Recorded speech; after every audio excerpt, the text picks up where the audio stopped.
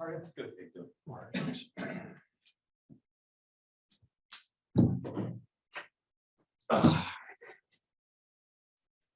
Go ahead.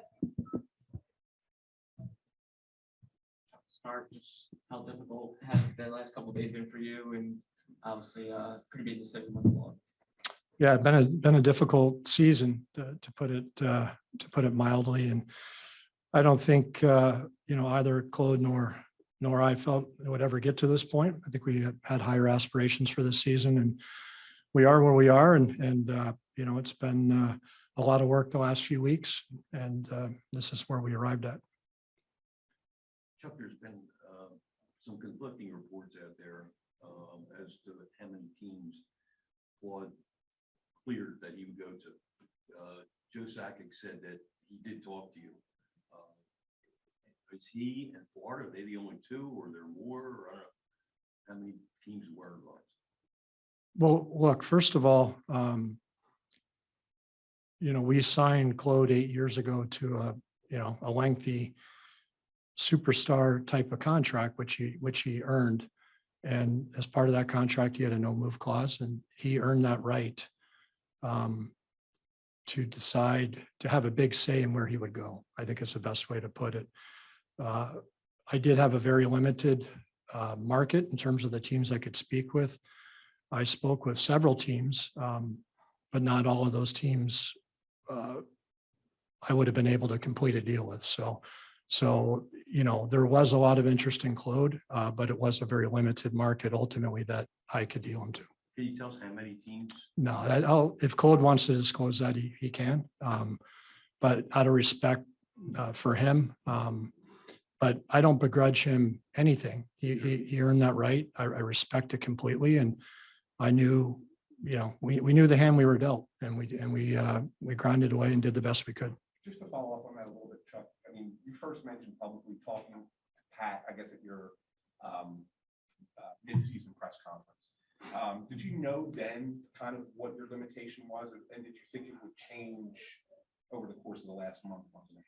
No, things have evolved over the last month, and I've had ongoing dialogue with Claude and Pat since the summer on a myriad of things, and we spoke to Claude probably every other day, and Pat probably every day here for the last month, and I think things have evolved as he went through the process of deciding whether he wanted to be traded, and then thinking about where he might want to be traded to. So, that was his process. And again, he earned that right. I respect it. There was never, ever any animosity or nothing was acrimonious. Everything was done professionally and, as it should be. So, we just worked with them and within the limitations that we had, we made the deal we did. How do you see the new guy typically fitting in? What type of role, and is there any chance he plays? Yes, he's going to play today. Yeah, he was in Charlotte, and we got him a flight last night to come in. Owen, Owen's a talented young player. He's 23 years old, 10th overall pick in 17, I believe. I think he's played 60 American League games, and he has about 60 points. So he's a point-a-game player in the American League, and I think he was on about a 12-goal pace with the Florida Panthers this year. In a more of a limited role. So they obviously have a very deep and talented hockey club. They've added Sam Bennett and Sam Reinhart over the last year, in addition to Claude now, and it's a difficult lineup to crack. So he's a young man that's ready to take this step, ready to play in the NHL. And like every young player, there's things we're going to have to work on him with and help him develop. But he has size, speed, skating, shot. He's got a lot of attributes that I think we need, and he obviously brings youth. How important was it for you to acquire a player that was NHL ready and not someone who was maybe ready years down the line? Yeah, that was our first priority, was trying to get a player that, we talk about our age distribution all the time internally, and we're trying to build a core of players under the age of 25 that can play together here for a long time, and getting a player like Tippett instead of an additional pick, for example, meant a lot to us because he was a first round pick and he's developed now. He's developed in the American League. He's developed in junior, and time will tell what that means for the NHL, but he's ready to play. And that's exciting for us that he's a guy that can come in and start to learn and develop and hopefully over the next year or two start to make an impact here. You were able to move a couple of other contracts as well, to gives you some flexibility.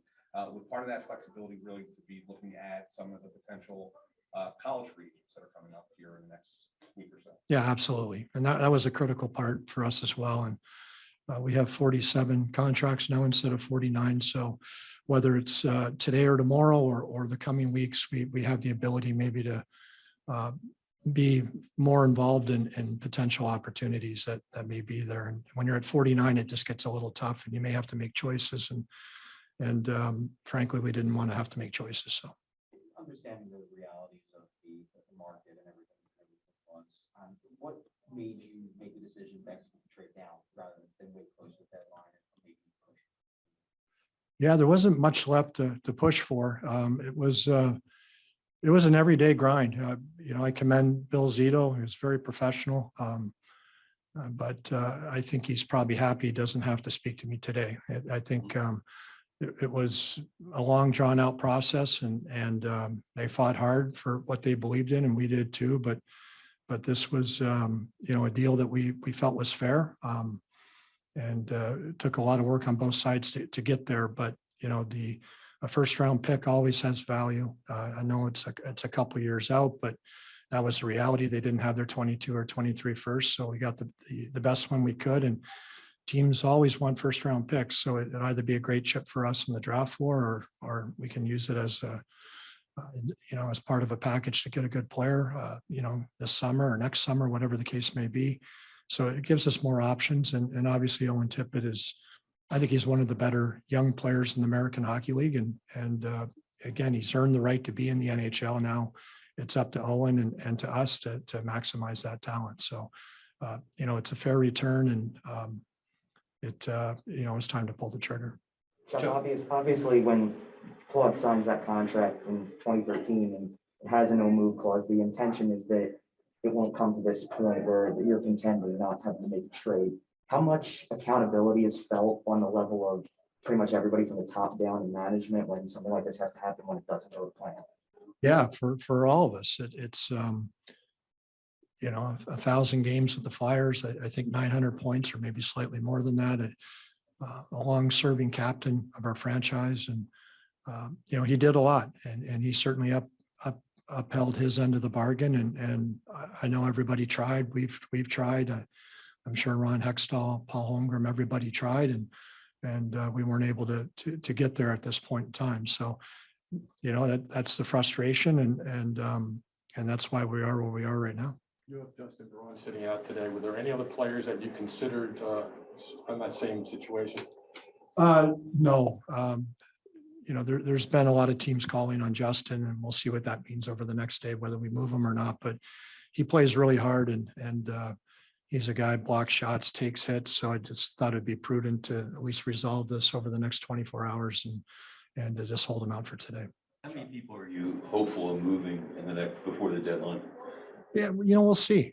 Again, there's been a lot of calls on Justin Braun, a few calls here and there on some other players. The interesting thing about the last few weeks has been I've been able to speak to a lot of teams about different types of ideas and most of them that don't make a lot of sense right now. But I think it's been really good to get an idea of what may be available in the summer. And I remember the trade deadline in 2019, my first year here, I had a long talk with Brian McClellan at the deadline about Niskanen and Gudis. And at the time, it just didn't make sense for Washington to pull the trigger, but in June it did. So, I don't know how eventful the next 24 hours will be for us, but, it's been a very informative process.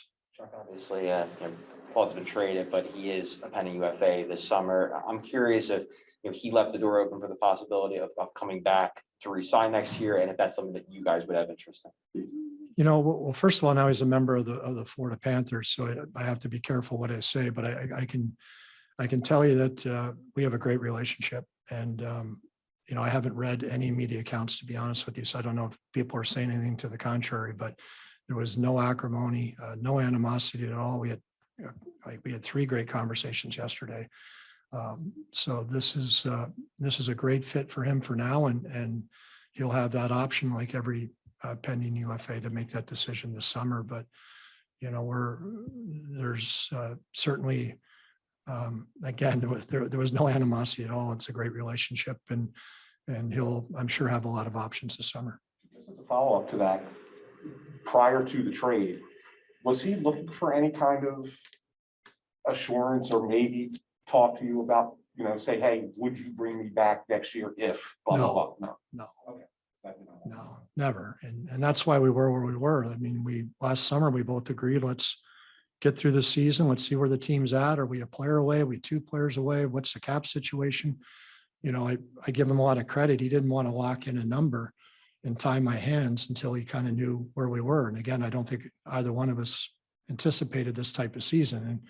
And that's what, was certainly made it necessary to be where we are today. But, he's a smart guy. He's obviously, been able to make a lot of money in his career, but he wants to win. That's what he wants to do. And I'm excited, not just for him, but for, Ryan, Gavin, and Palmer, and be a great adventure for him down in Florida. Chuck, you talked about an aggressive retool at the end of January and everything's on the table. Does that still remain the same? Are your motives still the same going into the deadline? Well, the deadline's more, again, it's really the time of the year where you look at your unrestricted free agents when you're out of it, and you try to get as many young assets as you can. I've talked to a lot of teams about hockey trades and things like that. And typically teams aren't looking to pull a good player off their team to get a good player. They want to give you picks and prospects to get more good players, so they can win a cup. So I think there's, certainly we'll do what we can here at the deadline, and then we'll do what we can with our college UDCs and free agents that may be there. Then this summer we'll do what we can at the draft, and we'll do what we can with free agency and trades, and we're looking at everything and just as we said. Thank you. Thank you. Yeah, thank you.